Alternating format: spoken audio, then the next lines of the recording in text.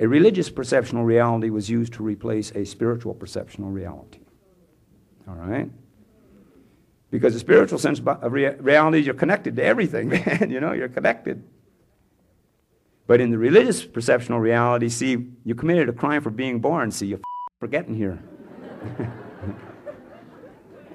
Yeah, I didn't make this up. I'm not making it up now. Right?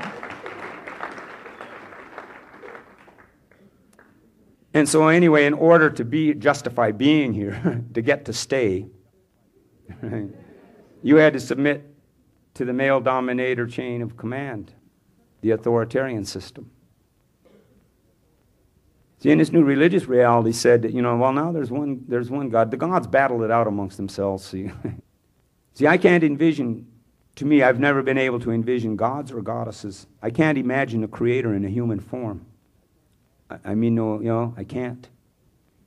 And I think our path to trouble started when we started to do it that way. All right, looking at the earth as the mother and these things, call her the goddess, whatever, and this and that. See, but I don't go with God because I know that's a limited perceptional reality. See, they forced it on us, but the trouble came. See, when we decided that the creator entity had a human form. See, because then that rationalized and justified mistreating the rest of the natural world. All right, sexism and racism came out of this perceptional change because once the earth, under the new God thing, see, the earth was no longer the mother. The earth was the property of this new God and all God's children. See, God didn't have a lot then, but they were very mean, so their numbers expanded through terror. See, but God's children, their job and objective was to subdue the earth for this God. So in order to achieve that objective, they had to create sexism. See, sexism's got to do with how we live with the earth. And racism, because now the earth was property, and all spiritual value was away from the earth, Real spiritual value was now a religious perceptional thing, and right, so it wasn't all-encompassing. It wasn't just a part of the reality anymore. So not a one of our people really went for this. Because it's like, this is a major perceptional reality change. But anyway, we committed a moral crime for getting here, so now we had to submit to that worldview. To me, coherently to me, it's clearly a very blatant perceptional altering how one perceives reality. It's brainwashing intensified at its maximum, right? Because our ancestors were forced to see life differently in order to remain just physically alive. All right, it's like, I don't really know that much about what happened to Europe, but I would suggest every person of European descendancy that you go and you study. You want to know more about your reality? Go and study your tribal ancestry and see how you got civilized. All right? See how you got civilized. Because terrible things happened. And these terrible things, these are what altered the perceptional reality. See, and because the basic part of this, and that altering of the perceptional reality, what we're getting down to is it made us become irresponsible as human beings. Because, see, we can blame the bad guys for being bad guys, but that don't work. It's not enough. It's about human beings remembering their spiritual identity and accepting the responsibility from that perceptional reality. Taking responsibility. Because the bad guys only get away with what they get away with because we don't take responsibility. Because there's a difference between blaming somebody for something and taking responsibility. So when Columbus got here, he got off the boat and he said to the first people he saw, "Who are you?" And the first people he saw said, "We're human beings." And Columbus said, "Oh, Indians." And right now when I'm talking, Columbus is every descendant of the tribe of Europe that came. Right? We're not talking one person here. We're talking a mindset. All right? This is a mentality that came, the Columbus mentality, we name it. Right? But it isn't about discovering. This is, it's like almost like this is when the virus got here. And this is how long it's been here. But because, we've never had this disease before, that we have no natural, we don't have an immunity to it. But if we can survive the ravages of this disease, we will evolve an immunity to it because we are the part of the earth, and that's what happens. Right? Anyway, Columbus got here. And he didn't know what it meant to be a human being. See, that perceptual reality of being a human being and what it really meant had been erased from descendants of the tribes of Europe by the time they got here. So when we introduced ourselves to the European as human beings, they just didn't get it.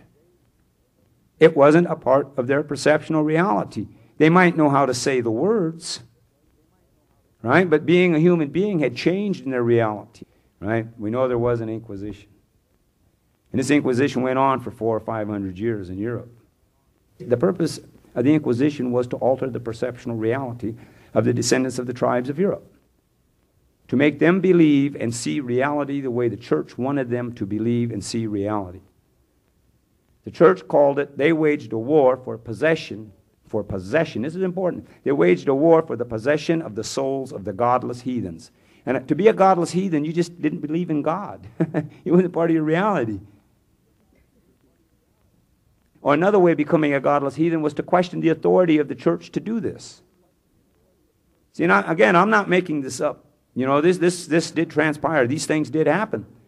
And they killed as many people as they could, I guarantee it, in order to get the other ones to submit. So they killed as efficiently as they could with the technology they had at their disposal at that time, all right? And because they created a rationalization as to why to do it, so it just became as efficient as they could do. And at some point, the descendants of the tribes of Europe no longer knew what it meant to be a human being. They just didn't know. They didn't want to know. So the descendants of the tribes of Europe, in the end, had to love what they feared, which was there to possess them. See, and I think it messed up love in a lot of ways, you know, that they haven't unsorted yet. No offense, but...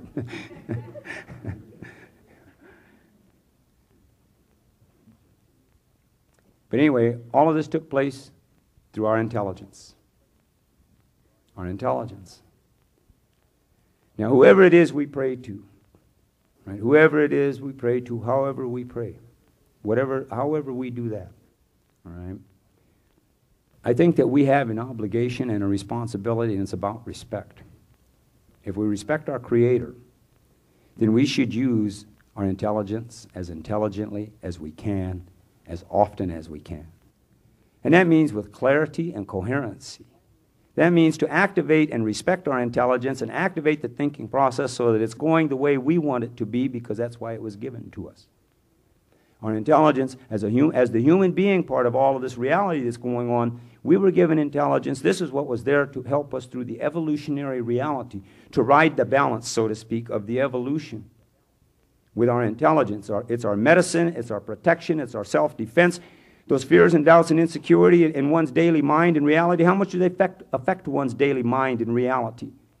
How much do they affect the ones of the people around them that they're connected to and that they care about? So what's the repercussions of the fears and the doubts and insecurity? Because I guarantee you, every day when we get up, we use our intelligence to create those effects. So it isn't that we're not using our intelligence or we can't use our intelligence. We can't stop using our intelligence. But it's about, as human beings, taking the responsibility to be as clear as one possibly can be about it and use our intelligence the way our Creator gave it to us to use. Keep the balance. Our intelligence. So this is everything that ever happened had to change the perception reality. The battleground had to take place. The real battleground may have been the bleeding and the dying, but it has to do with the intelligence to alter the perceptual reality. So again, about respect. See, if we respect our Creator, we have a responsibility to recognize our intelligence and use it as clearly and coherently as we possibly can. Otherwise, we're just pretending. We're just being delusional and rationalizing and justifying and just telling ourselves a big lie. If we do not use our intelligence as intelligently as we possibly can, that's how we show respect to our Creator. See, and you can't say you don't know because I just told it to you. All right? So, I mean,